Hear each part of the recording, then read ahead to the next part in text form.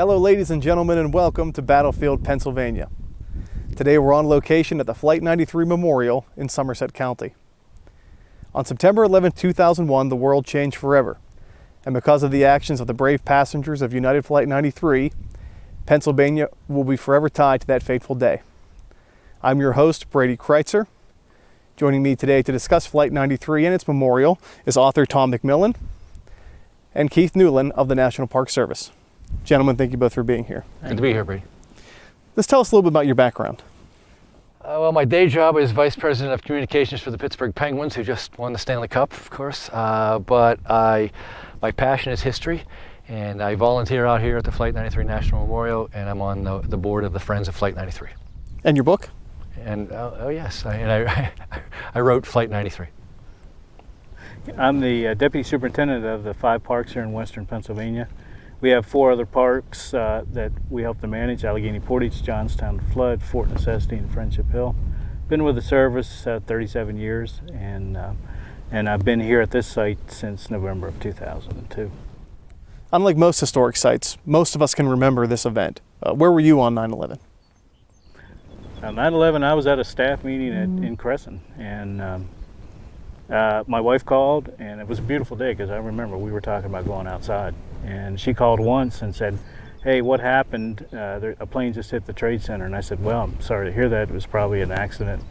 She called later and said, "It's no accident. You need to get outside." And about that time, the phone started ringing off the hook for me because they were talking about closing national parks, and they had no service. So I was trying to coordinate with other National Park Service sites. Tom? I was going to work in downtown Pittsburgh, and it must have been just before 9 that I got to the office, because the first plane hit at 8:46, and I walked in, and the receptionist didn't even say a word. She just pointed to the conference room where there was a television. I went in there, and I had seen the aftermath of the first flight. We watched the second flight hit the tower, which I think, your mind plays tricks on you now that looking back that you know the story, but I think that a lot of us thought that was a replay of the first flight. We didn't immediately recognize that it was as a second plane crashing into a second building, which I think at that point everybody started to realize that something was up. I also distinctly remember looking out after the third plane hit the Pentagon, and it was almost as though downtown Pittsburgh evacuated, like the entire city was going home. I remember just this mass of people going up to the parking lots near the old McMillan Arena. That will always stick with me. We know what happened now through the 2020 clarity of hindsight, but back then everybody was bewildered and people just wanted to get home. Can we talk about the history of this location where we are before 9/11? Well, this area was originally a farming area, and then it moved into a very large strip mine area. There were several coal companies in this area. You're sitting on reclaimed strip mine. The area of the impact site was actually a head wall. There was a very large head wall where they stopped coal mining, and that's part of what the plane hit when it went into the ground. We have about 1,400 acres in ownership here. Most of it is strip mine, and you see the topos and the original contours that were laid here. The coal miners were required to take a topo and put the topography back to what it was as close as possible. So what you see is what they reclaimed at the time. This is a story that, even though it happens in New York and here in Shanksville, other places, it's a story that begins far away in Afghanistan. So could we talk about who these hijackers were, maybe, and some of their motivations? Well, I think we don't really know where the beginning is. The concept of flying planes into buildings was first proposed to Osama bin Laden in 1996 by Khalid Sheikh Mohammed, who's still in Guantanamo Bay. It was his idea. It was a much more grandiose plan at that point. Bin Laden did not accept it. He thought it was probably too grandiose, but he didn't say no, intriguingly. And about 3 years later, after the embassy bombings in Africa, he summoned Khalid Sheikh Mohammed and gave his approval for this plan. So it took, even in that stage, it took 2 more years of precise planning to get to the attack. What was bin Laden's goal? I mean, what did he hope to accomplish with an event like this? They were attacking the pillars of America. They were attacking the economy, the World Trade Center. They were attacking the military, the Pentagon. They were attacking the Capitol. They were attacking the government. They were here to cause chaos and terror. That's what they were after. And we know they also were debating targets from two of the main plotters who are now in Guantanamo Bay. Bin Laden very much wanted the White House. He was arguing for the White House to be hit. We still don't know exactly where this plane, Flight 93, was going. We know it was headed to Washington, D.C. They dialed Reagan National Airport into the automatic pilot system. The circumstantial evidence, though, strongly is that it was the Capitol. One, that was the first day of a joint session of Congress. These guys had done their planning well. And also, if you think of it, for a non-American, the White House would be difficult to pick out from the sky. There are a lot of white buildings in D.C. The Capitol is very distinctive, as is the Trade Center, as is the Pentagon. So I think a lot of the evidence points toward that it was the Capitol. But Bin Laden wanted the White House, and there were some other targets that were discussed as well. But they again, as Keith said, they wanted military, economy, government. We had dozens of people on United Flight 93 that day, not knowing what they were going into, but their backstories are very compelling as well. Could we talk about some of the people on board Flight 93? I think if you look at the manifest, in general, it would be like a manifest of any flight. If you went to Pittsburgh or Philadelphia Airport today, there were businessmen and grandparents and college students flying for the reasons that we all travel, to go to a business meeting, to go on vacation, to go home. They obviously had no idea they were stepping into history. There are some fascinating stories. I can go into a couple of them. Diora Bodley was the youngest on board. She was 20 years old. She was a student at Santa Clara University in California, was back east visiting college friends before the school year. And there are a lot of these kinds of stories. She had a ticket on a later flight, was able to get on Flight 93 to get home early. And that brought it to this fate. Hilda Marson was the oldest person, 79, so we went from 20 to 79. She actually was born in Germany, came through Ellis Island as a little girl, raised two daughters, and was going to visit her daughter in California, but it wasn't just a vacation. She was actually moving in with her adult daughter, had packed 3 suitcases. So it was a very exciting day for both her and her daughter. John Talignani was a World War II era veteran who was traveling with a very heavy heart. His stepson had been recently married, had gone to California on his vacation, and was tragically killed in an auto accident in California. So John was actually going to a funeral.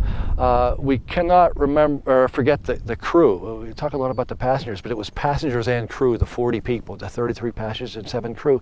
And again, some of them had changed their schedules. The captain, Jason Dahl, and one of the flight attendants, Sandy Bradshaw, had big personal events coming up in late September. Jason had his wedding anniversary. Sandy had the first birthday of her son.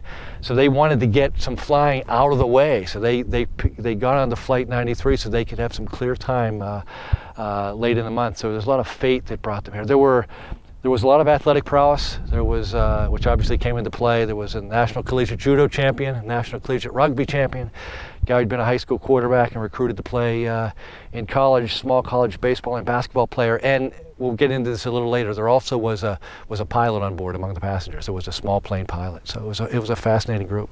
I'd like to mention Rich Guadagno. He was a Forest Service, Fish and Wildlife Service wildlife manager in Oregon, and he was on the plane too. And he would have, as Tom mentioned, he would have carried certain defensive skills with him, and certain tactics that he could have used. He was a law enforcement ranger before he was a unit manager. So, what were the intended destinations of the 9/11 aircraft, and where did they originate from? Flight 93 originated from Newark. And the other 3. Two were from Boston, and one was from D.C., Dulles in D.C. Dulles in D.C. So they picked part of the planning. It was quite precise planning. They chose Mohammed Atta, the leader who piloted the first plane to hit the first tower of the World Trade Center, selected 4 flights that were scheduled to take off 25 minutes apart. So their plan was to do this so quickly that no one could react. And they had trained on, their 4 hijacker pilots had licenses to fly small planes. They'd never flown commercial airliners. They'd practiced on simulators for 757s and 767s, which had similar cockpits. So he had to pick those types of planes, and he wanted them going from the East Coast to the West Coast with maximum fuel loads for the biggest explosion. So these planes, the date and the types of planes were part of very precise planning. And they also picked planes that were, and at that time they were sparsely populated. That was another. Those cross-continental flights were sparsely populated. Tuesday morning, Yep. not a busy travel day. And I think a lot of people look back now, Keith, and the planes with those few passengers would not take off today. Exactly. The airline industry has changed. You would not take off on a cross-country flight with 33 passengers on board. We have a lot of young people ask us those questions, but they were just moving planes around the country at that point. So they all had relatively small loads. The smallest though was Flight 93 with only 33 passengers and 7 crew. That's one of the changes that you see in the effects of 9/11. You know what it's like to fly now, elbow to elbow, and rarely any space. So. You mentioned previously some of the maybe potential targets Flight 93 had in mind. How did they go about determining that? For the entire, I think Flight 93 was always going to be in D.C., whether it was the Capitol or the White House. There were meetings from early planning in Afghanistan in early 1999 with Bin Laden, Khalid Sheikh Mohammed, who was kind of the mastermind of this deal, and Mohammed Atta, who was Bin Laden's military chief. He was killed in bombing shortly after 9/11, and those were the three who basically started the planning. Some of the other pilots got involved, but originally Khalid Sheikh Mohammed wanted 10 flights, 5 on each coast to hit 9 buildings, and he was going to pilot the 10th and land and make a speech. Bin Laden, of course, knew that was too grandiose, that would have been too hard to coordinate, so they came down to just 4, which they thought was manageable. One of the interesting points from your book, a lot of people don't think about, is the timing of these flights. Flight 93 was delayed. Do you think that significantly changed the outcome? Absolutely.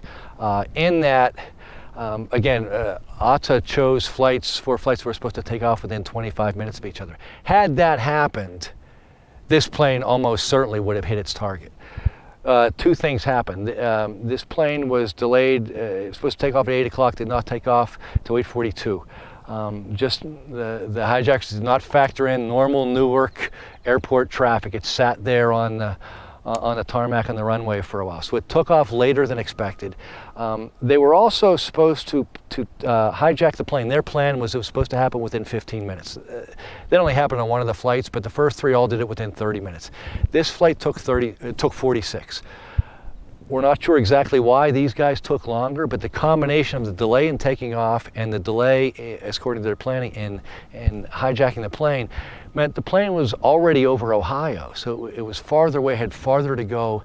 And I know we'll get into this in future questions. More significantly, the passengers and crew were able to call loved ones on the ground and find out what was happening. I think we always talk, it's very important to say, the passengers and crew on the first 3 planes were no less brave. They just didn't know what was going on. By the time these guys were hijacked at 9:28, 2 planes had already crashed and a third was heading toward the Pentagon. So the loved ones on the ground were able to tell them what was being reported on television. They were able to realize, it must have been bewildering and horrendous, but they were able to realize what was going on, and that kind of caused them to decide we have to do something. Who were these hijackers, and what did they do once on board Flight 93? There was 1 fewer than the original plan. There was supposed to be 20 hijackers, 5 on each flight. 1 hijacker pilot and 4 muscle hijackers to attack the cockpit and control the passengers. Flight 93 only had 4.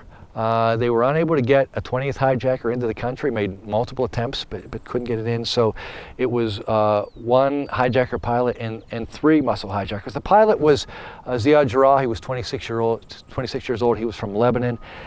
He was radicalized at a mosque in Hamburg, Germany. Went to a Al-Qaeda training camp in Afghanistan and became one of the selected pilots. So he was involved in the planning much earlier than the muscle men, so to speak.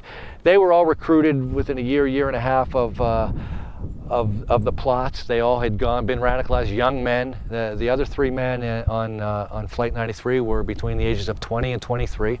They'd gone to those training camps in Afghanistan, volunteered for martyr missions.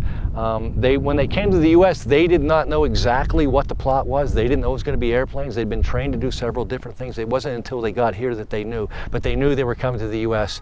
to be involved in a martyrdom mission. Once on board, how did they take control? In some ways, we don't really know. Ramsey Ben Al-Shib, who was one of the plotters who's in Guantanamo Bay, did talk to investigators, and he described plans where there would be two, if you look at the manifest, this is what happened. Two of the muscle hijackers sat very close to first class, sat very close to the cockpit in first class.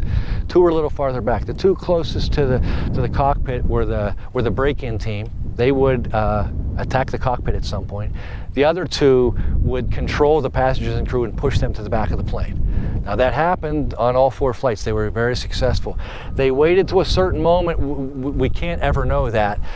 Was it because somebody opened the cockpit door? Did they attack one of the flight attendants? That's likely the case. We know of at least 2 flight attendants were stabbed.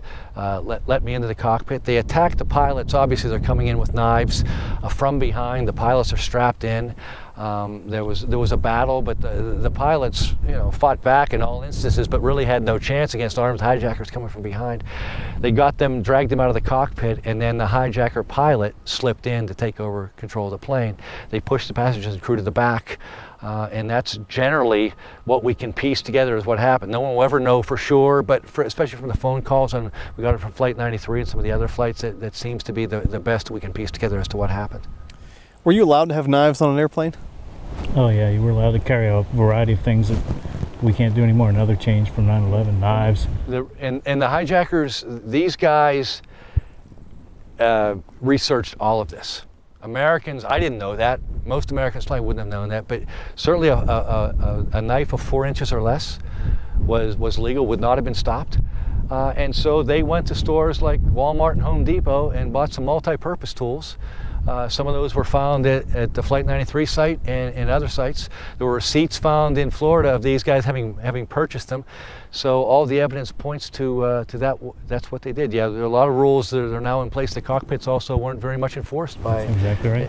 at that point. So we just they kind of attacked the soft underbelly of aviation. As a country, things were going so well, we'd fallen asleep a little bit. There was a survey not long before that, and the biggest concern of passengers on air travel was repairs on planes. Were the planes safe mechanically to fly? Terrorism was not something that we thought about.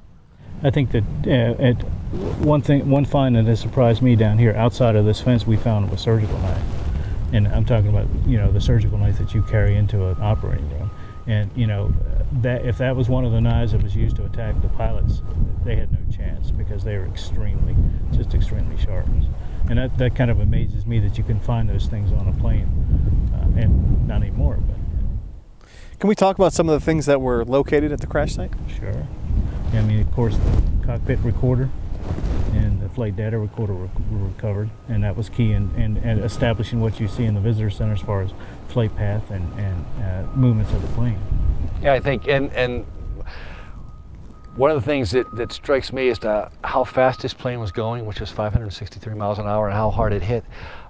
Those 2 items, which are located in the back of the plane, were found 15 feet and 25 feet into the ground. So it crashed at an unfathomable speed right on the area of the reclaimed strip mine. So the ground wasn't as consolidated as no earthquake has been put back. That's right where it hit. And they found objects of the plane 35 feet deep. They actually dug to 40 feet deep to make sure. But I think it hits you when those 2 objects on the back of the plane were found that deep into the ground. It lets you know the impact of this crash. The theory, because of where they found items, is that about the front third of the plane basically snapped off, shattered, and flew into the hemlock trees over our shoulders. They found a lot of material in those hemlock trees. A lot of the hijacker identification materials, Zia Jarrah's passport, some other things, luggage, all sorts of things that they found. The other thing to remember here is that the FBI knew from the start that this would be the site where they would find the most evidence, because the plane did not hit a building. Those planes hit concrete and steel in New York and in Washington, D.C. They were destroyed. They were embedded in buildings. This hit the ground. There was a fire, certainly, because of all the fuel on board, but they talk about a huge fireball. The citizens talk about a huge fireball. But it didn't burn very long because there was really nothing down there to burn. So a lot of that material that moved forward or went into the ground was, in fact, recovered. It wasn't in great shape. It was shattered, but enough of the things were recovered that we can, I think the FBI would tell you that they they pieced together more of the plot from what they found here in Somerset County than in New York or D.C., which makes sense. I agree. I mean, they found one of the credit cards of the terrorists here, and that opened up the financial sort of weave that they started to put together. They were right on the money about, and they committed a lot of agents to this investigation. Flight 93 getting back was delayed on the runway. Would it have seen potentially the first tower hit if delayed any longer? Well, it very well could have. The first plane hit the World Trade Center 8:46. Flight 93, scheduled to take off at 8 o'clock, took off at 8:42 at Newark. And it obviously took a few minutes to turn around and head west across Pennsylvania, so it would have been on its way, and New York City would have been behind it by 8:46, but very close, a few minutes more, and they may have seen that plane go into the tower, either from the tarmac, the runway, or from the air. Who knows what impact that would have had if all of a sudden then the pilots are radioing what's going on. Again, there are a lot of what ifs to this story. That didn't happen, but it was very, very close to them seeing it. I always wonder what the impact would have been had they seen that. Now, we've mentioned the flight path a few times. Do we know the exact flight path of Flight 93? Exactly. It's laid out in the visitor center complex, adjacent to the Learning Center, and the final microseconds are laid out beside the memorial wall. From finding the flight data recorder. This was, again, the only flight where they found both black boxes, the flight data recorder and the cockpit voice recorder. The New York flights, the two New York flights, they found nothing. At the Pentagon, they found the flight data recorder, but not and the cockpit voice recorder, I think, was recovered, but it wasn't working. So much of the evidence, what we know, not just of Flight 93, but of this whole plot, came from those two black boxes, which allowed them to plot the entire flight path. It was going across Pennsylvania. You can see, we know for a number of reasons that it was hijacked at 9:28. You can see where it was. It was just about at the Pennsylvania-Ohio border. It went almost as far as Cleveland, just about that area, when it turned around and started veering toward the southwest, basically coming almost across Pittsburgh. Toward D.C. At that point, of course, it was being flown by a hijacker pilot who'd never flown a commercial airliner before, but through automatic pilot, they were headed in the right direction. It's an interesting story that how we acquired that flight data, because in the time frame that information hadn't been released, and we had one of our researchers actually foiled it and said, "Hey, we'd like to see it." So that's the sort of the evolution of what happened at this site and how information eventually was received here. So. Now, we're talking about an era just before the dawn of cell phones, smartphones. How did people on board Flight 93 find out what happened at the other cities? Certainly it was the year before smartphones. We had cell phones. And I think it's one of the things that when I do my talks, I talk about the things that people remember. There's history and memory. I think a lot of people paid a lot of attention to the reporting on September 11th for about 7 to 10 days that year. And then they had to move on with the rest of their lives. So for them, and we see this in visitors here, a lot of their memory of what happened is what was reported in those first 7 to 10 days. And a lot of it was wrong. That's not the media's fault. It's just, it was chaos, it was bewilderment. People were trying to figure out what happened. It was reported very early that the calls all came from cell phones. And that led to conspiracy theories. How could you call from a cell phone from 35,000 feet? Well, they did not. There were 37 phone calls from Flight 93. 35 of them came from air phones. The Verizon air phones that were seatback phones. The older passengers will remember they were a staple of flight back then. You could pull them off, slide a credit card through, and make a call from 35,000 feet. They're all video screens now. Young people don't know what they were, but they were commonplace. And it also, that data helped the FBI in its investigation, because you could see not only who the calls were made to, where they were made from on board, so you know where the passengers were seated at that point, and how long the calls took. Some of the calls were very brief, some lasted 20 minutes or so. The final 2 calls, when the plane was much lower, were made from cell phones. There were 2 cell phone calls, but most of them were from air phones, and that's still, I think a lot of people are confused by that today. Now, we've mentioned 928 very specifically. How do we know that? A couple of reasons. One, by looking at the flight data recorder, the plane dipped right at that point. I don't know if it was dramatically, but it was certainly enough to notice that something was going on. But also, in communications with air traffic control, one of the pilots had keyed that microphone. probably under attack, had keyed that microphone. Probably to try to let people in the ground know what was going on. And you could hear commotion and the pilot saying, "Mayday, Mayday, get out of here, get out of here." And that continued for about 30 seconds. So those air traffic control recordings became very valuable in establishing that time. And then we got the flight data recorder, you could see the dip.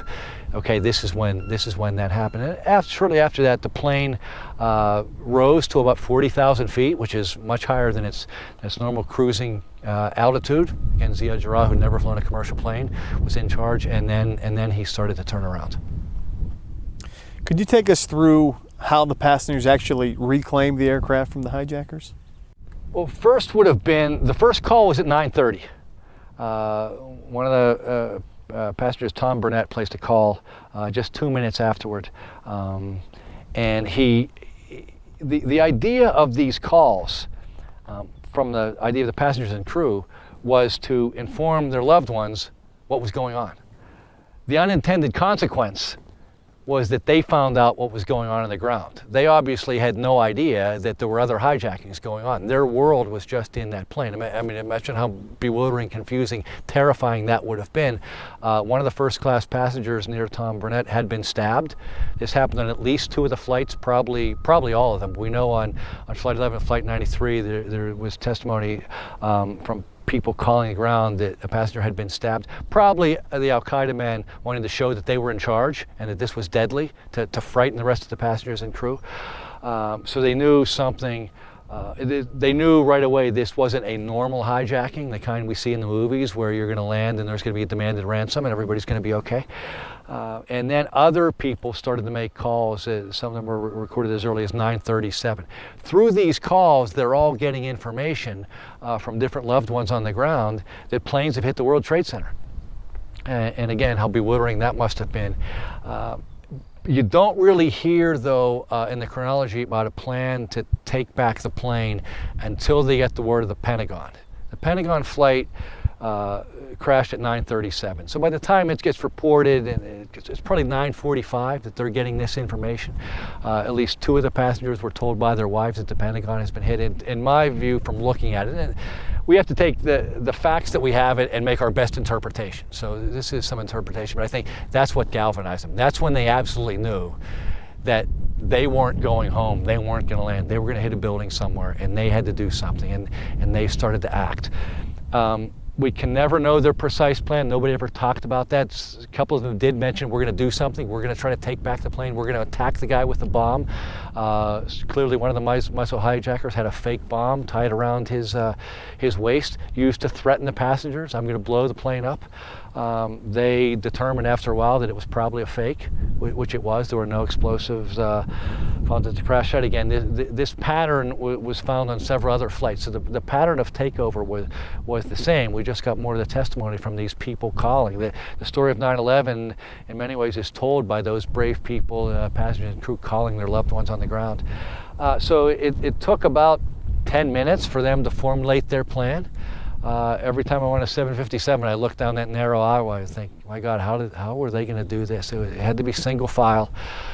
It started at 9:57. Again, we know that from several reasons. 2 ladies, 1 passenger, 1 flight attendant, were both on the phone to loved ones on the ground, and they both said something akin to, everybody's running to first class, everybody's running to the cockpit, I've got to go, they're doing it. So we have that evidence. We also have on the cockpit voice recorder, the pilot, Ziad Jarrah, saying in Arabic, what's that, a fight?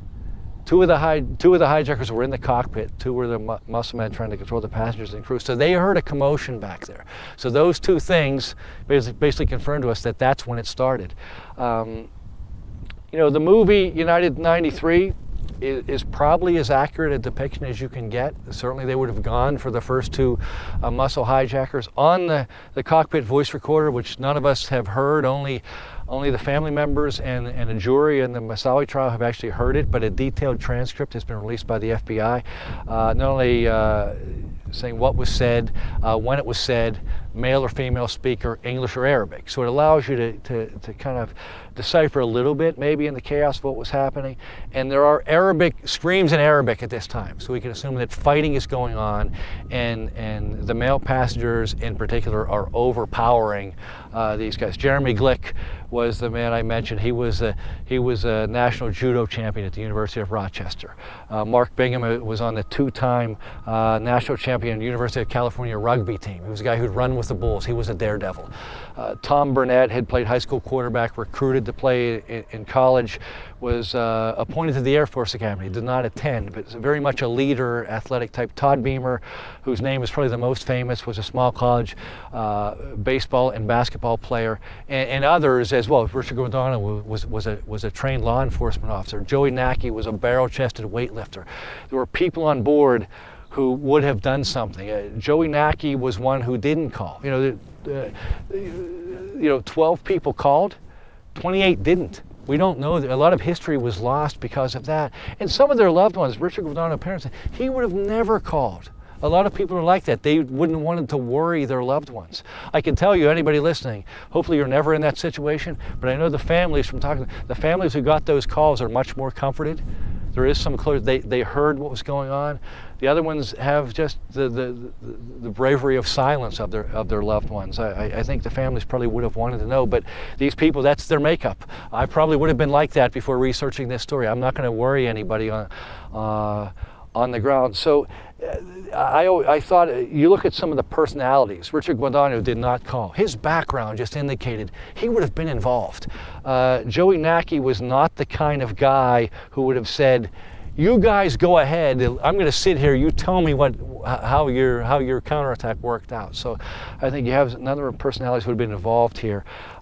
They come barreling down, and there were some athletic women too, very determined women. People had different roles, I'm sure. There were logistics, there was security, there was comfort.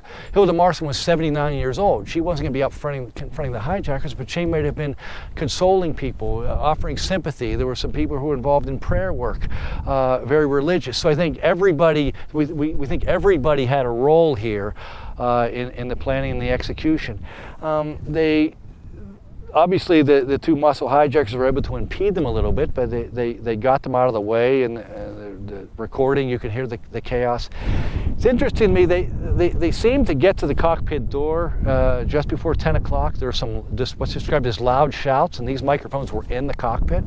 So I think it's a reasonable conclusion that they were there. As they were getting there, though, Ziad Jarrah, whether it was taught this or came up with it on his own, started to rock the plane from side to side. You can see on the flight data recorder, the plane is going at 30-degree angles. If you've ever gotten up on a plane to go to the bathroom, when there was a little bit of turbulence, you know how hard it is to walk? Imagine a pilot, 30 degrees, a pilot who didn't know what he was doing. That must have been terrifying. There are sounds of things crashing, must have been plates and luggage, and everything was falling around. But Jarrah couldn't do that forever, or the plane wouldn't have gotten to its destination. So we had to level it out. And they reformed, and they started attacking in the cockpit. It's interesting to me that just after 10 o'clock, you had heard shouts in the cockpit. You heard someone in what's described as a native English-speaking voice say, "In the cockpit, if we don't, we'll die." And I think it's important here that we as Americans have ways of taking, this as a professor, have ways of taking history, and building myth and legend on top of it. And it's where, how many times have you heard the passengers and crew of Flight 93 took the plane down, crashed the plane to save lives. They gave up their lives to save people in the Capitol or the White House. Well, that's what happened, but I don't think that was their intention. In the cockpit, if we don't, we'll die means, to me, they had an alternative to dying. They were trying to save the plane. The only way that could have done, no one said this in the call, but the only way that could have been possible is if they knew that Donald Green, who was on board, had a small plane pilot's license. He knew aviation. He didn't know how to fly commercial airliners any more than Ziad Jarrah did. but maybe there would have been a chance. He knew aviation, he worked in aviation, and he could fly small planes. If they could get him into the cockpit in enough time on a clear day with instruction every step of the way from air traffic control. Still might have been a long shot, but if you're in that plane, you want to take it. So I believe that their intention was not to crash the plane. Their intention was to somehow land the plane. And it just, the counterattack, unfortunately, unbeknownst to them, started too late. It started when the plane was too low. Did they get in the cockpit? We'll never know. The FBI has not concluded that they did. They don't know. There's something in the recorder, though, that if you look at it, just after 10:02, when the plane crashed at 10:03, so this is right in the final moments, there's a loud shout in English, "Turn it up." It's followed by a loud shout in Arabic, "Push it down, pull it down." To me, that sounds like a battle for control. Maybe I'm reaching, but I can't imagine what else it would be at that point. These are very loud. They certainly would have been able to knock down the cockpit door. And I think it sounds like, to me, I believe they got into the cockpit, but because they didn't have knives, it wasn't a planned attack like the hijackers did, they couldn't get Jarrah and Saeed al-Ghamdi out of there. They were fighting with them, but they couldn't get them out of there.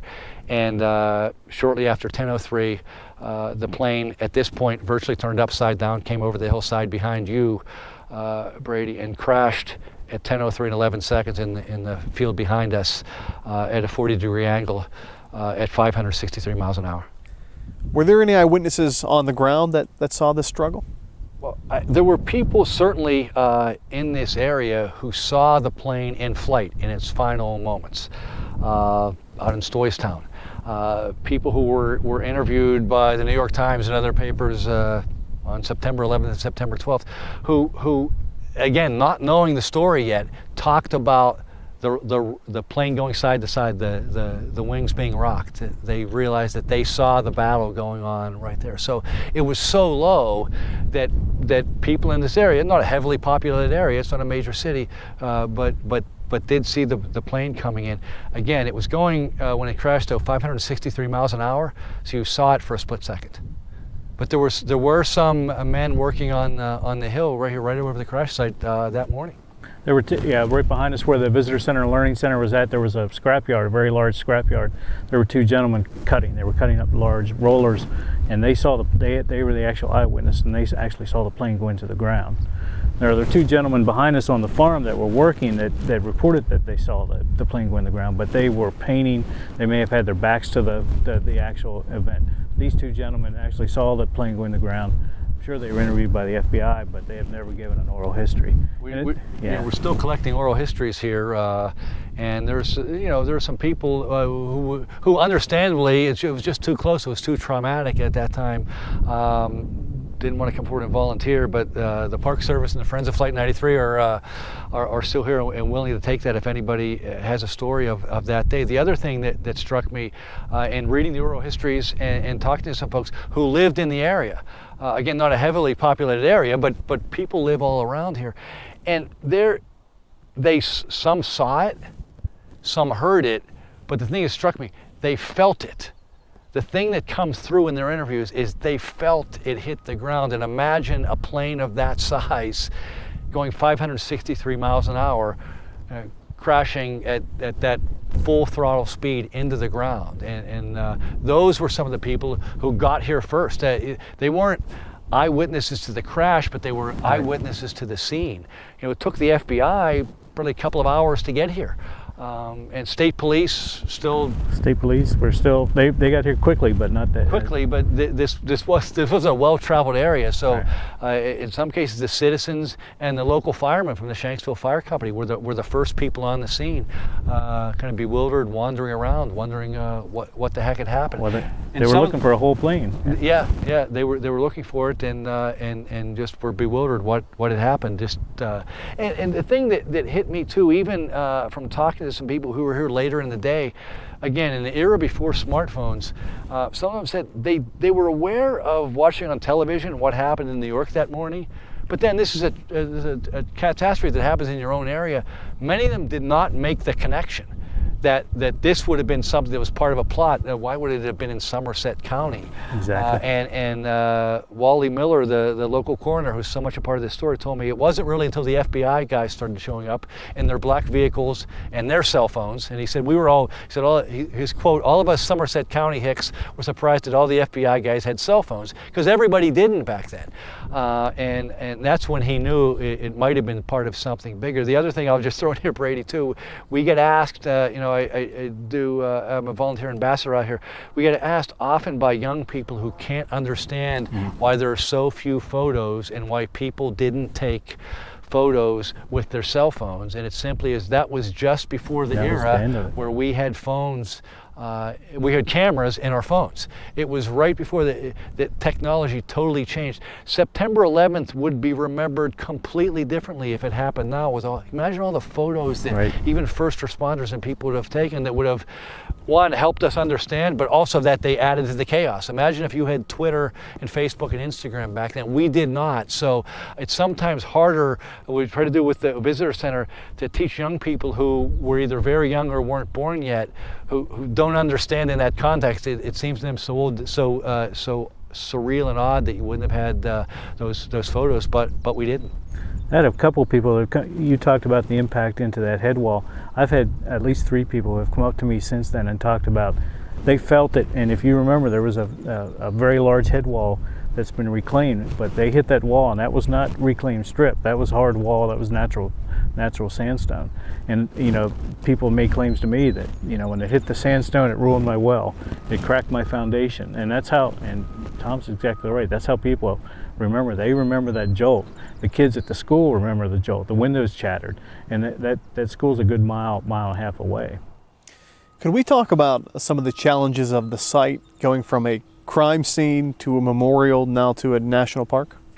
Yeah, the crime scene, I mean, the investigation only lasted about 10 to 11 days, and then they were off site. But then the coroner kept the site in his possession as a crime scene for a number of years.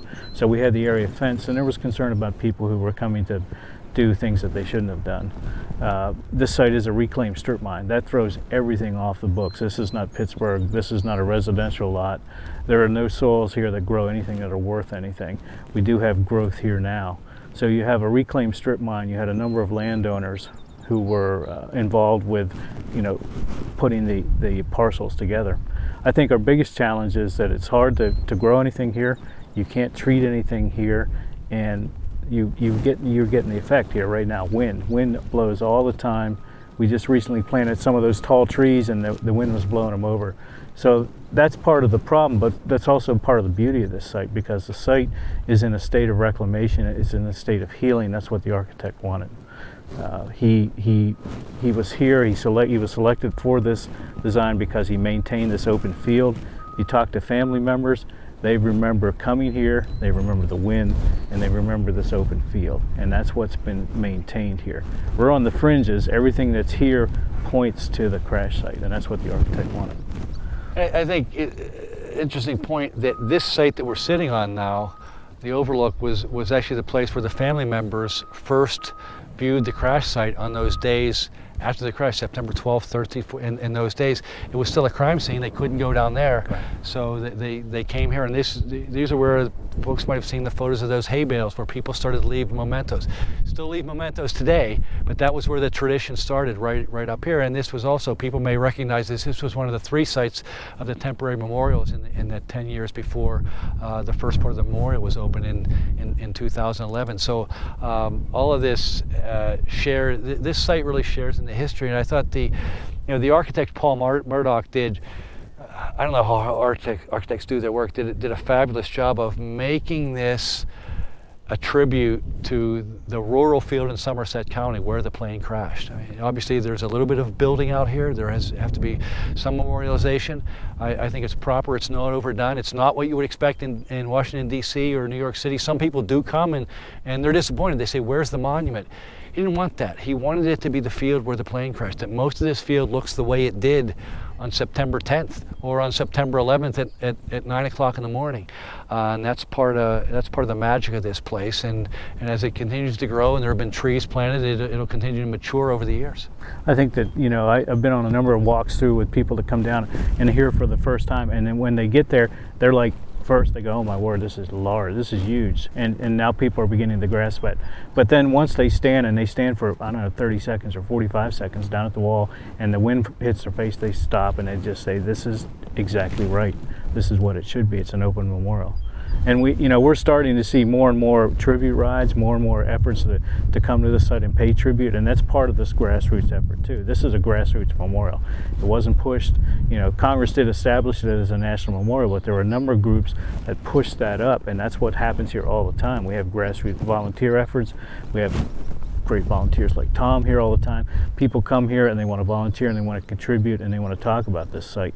And that's what it's really all about. It's not about all of us here, it's about all the public coming here and paying tribute. And it was the site that was, and people are always stunned by this when I say that because it's such a heart-tugging story of courage and American patriotism, but this was the hardest memorial to fund. And people ask why. I think one of the reasons is many of the people who perished in the World Trade Center were from the New York area. It was home for the families. Many of the people in the Pentagon were either from or lived in Northern Virginia or D.C. Nobody from anywhere near Somerset County died here. The plane took off in Newark, was going to California. So you also had a smaller group of families. There were 40 people on board this flight. So you had 40 families from not only across the country, but across the world, from Japan to Germany, who had to, first of all, come together and bond together as a group. Ironically, Somerset County is a great part of this story, led by the local coroner, Wally Miller, who was the local funeral director, who told them that they should organize, and they did, and they pay homage to Wally and his efforts to this day. But it was grassroots from the start. A lot of people come too and say, where was I when I first came? And we have to say, what year did you come, depending on which temporary memorial you were at. They did get enough, there wasn't enough money to fund Paul Murdoch's full memorial on the 10th anniversary, which had been the original goal, but there was enough to open the original part of the memorial down there, the walkway and the wall of names, which marks the flight path, to open that for the families.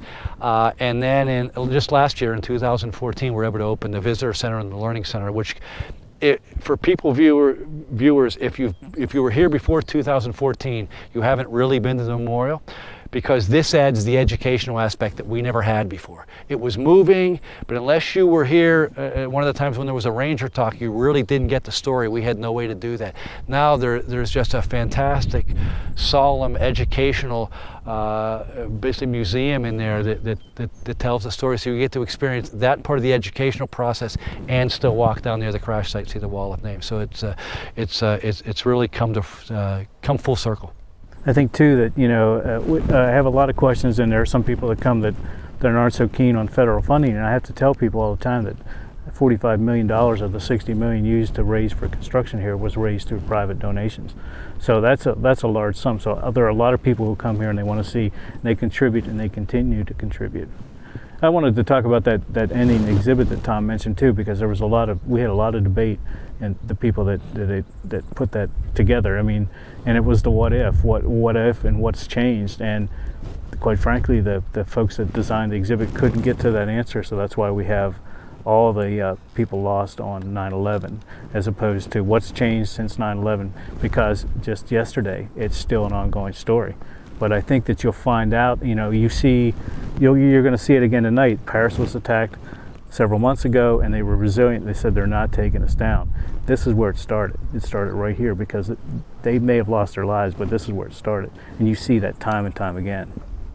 Can we talk about the balance that you have to strike at a site like this between memorialization and education? Because a lot of people maybe never knew Gettysburg as a battlefield started as a memorial. Now it's a very different experience. Could you talk about how you keep that balance? Well, I think Gettysburg, that's a good example. I mean, Gettysburg was established, and they always had those war talks or war visits, because they were bringing West Point students down to study the battle and get the tactics and understand that.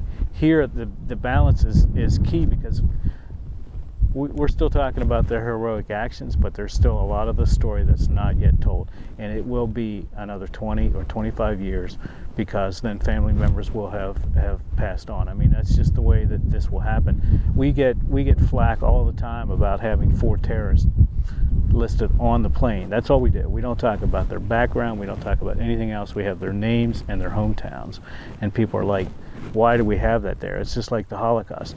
Somebody did that. Somebody did it. These terrorists did it. So we felt very strongly about that. I got, and I expected it, but I got some flack for the book for writing as much as I did about the terrorists. But I think, one, the book is a history. It's part of history. They pulled off the plot. But also, I don't think you can appreciate the real story here, which is the courage and the bravery and the tenacity and the determination of the passengers and crew, unless you know how meticulously Al-Qaeda planned to do this. I mean, it was proposed in '96. It was endorsed by bin Laden in '99. So that's 2 years of intense planning. And these poor people had 30 minutes with no, they had no idea this was going to happen when they get on the plane. You can't appreciate their story unless you know the hijacker story. Right. I think that's why I was adamant with doing it. But I also do think it is different here. There's sensitivity, not just with family members, but just with people and their memories of that day. It's still so current. It's not like going to Gettysburg or Valley Forge or anything, or now even World War II memorials where most of the veterans are alive are very old, and most of us did not experience it. You know, I could never view Pearl Harbor the way my parents did. I still want to visit there one day. I've read a lot about it, but I can never comprehend the terror of that day. And people who were born, some watching the show probably after September 11, 2001, can never comprehend what we felt. It's still so raw and sensitive, and I think that's what the Park Service has really had to deal with. And I think done a great job of balancing that. You're never going to please everybody, but it is a memorial, always will be. But it is time to tell the history too, and part of this is designed to tell the history for those people who weren't born yet or were too young to remember. We now, if you're in college now, you were born, but you were so young you don't remember. You might have grew up reading the stories, but you don't remember that day. So pretty much everybody from now on won't have that memory. So the history part of it is I think very important, and I think you see more and more of that as time goes on. And now that we have the resources, this place has only been open. The visitor center has only been open for a year, right. So most people have not even experienced it yet.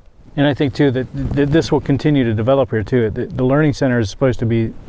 It is the hub, and we're going to talk about a leadership program here soon, and leadership in that 30 minutes. How did they make this? I mean, that's key, but that's a heavy lift. It needs to be done appropriately. We have a number of efforts here, like the reforestation effort. We planted probably over 110 acres with a lot of volunteers. Well, we did it because we had good leaders who knew how to plant trees. And the conversation. Everybody coming in, you guys sticking seedlings in the ground, they're coming to pay respect, but we had good leaders at the start. So that leadership program will develop, and we're going to involve the right people to get that done. So. And I think it's important, as we found out, and as the displays in the visitor center learn, we'll never know how many of the passengers and crew were involved. 3 of the people who called talked about an effort to take back the plane, so we're fairly certain they were involved. But there were multiples, and I think from the beginning, so much focus was on Todd Beamer because that was the first story that was told. And when people ask me why that's the impression, why that happened, the other men at least who called their wives. Beamer did place a call to his house, but it cut off in a few seconds. Whether he thought better of it or just the call just didn't go through, I don't know. But he then called a Verizon operator. He called an 800 number. Got a Verizon operator near Chicago. So he spoke to someone who wasn't a family member, and she, though traumatized, was able to tell that story to the media the next day. So that's the first story that got out.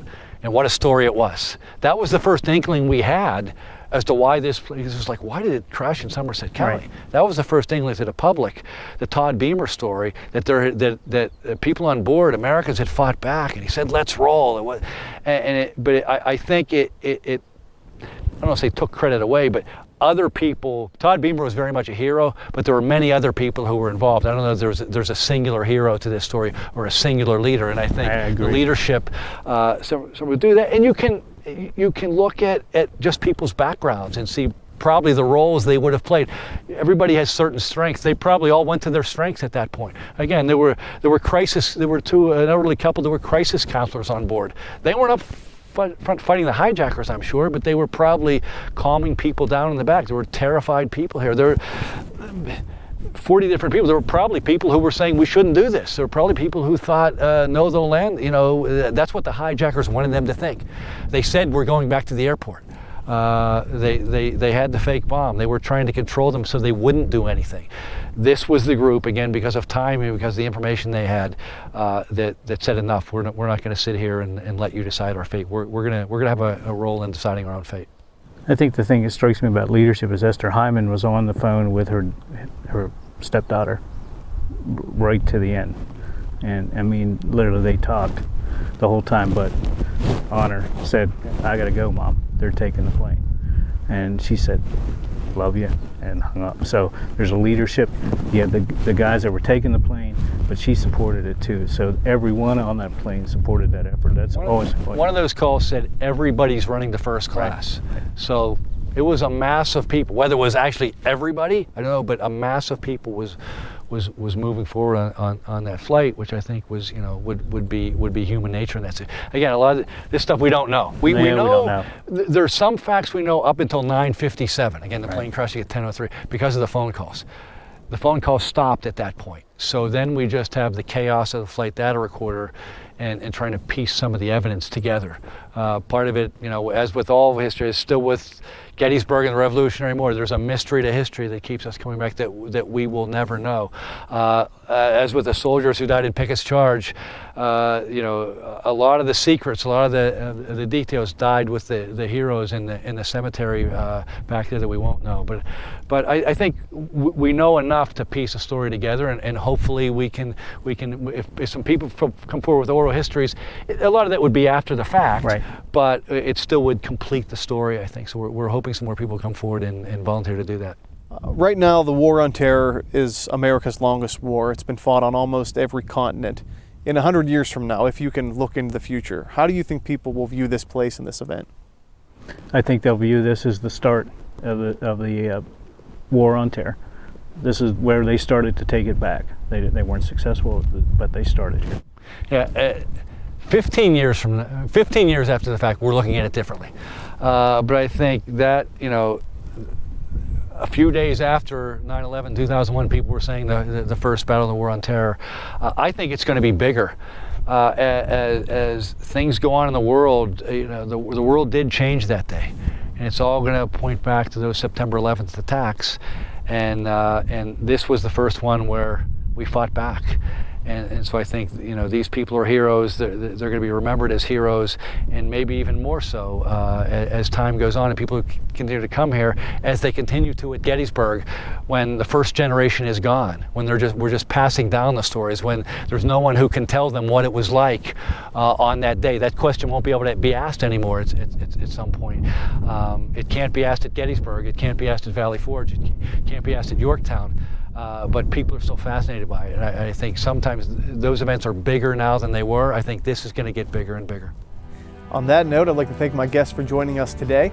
As always, if you have questions about today's episode or recommendations for future episodes, please visit our website at pcntv.com. For everybody here at Battlefield, Pennsylvania, I'm Brady Kreitzer saying so long.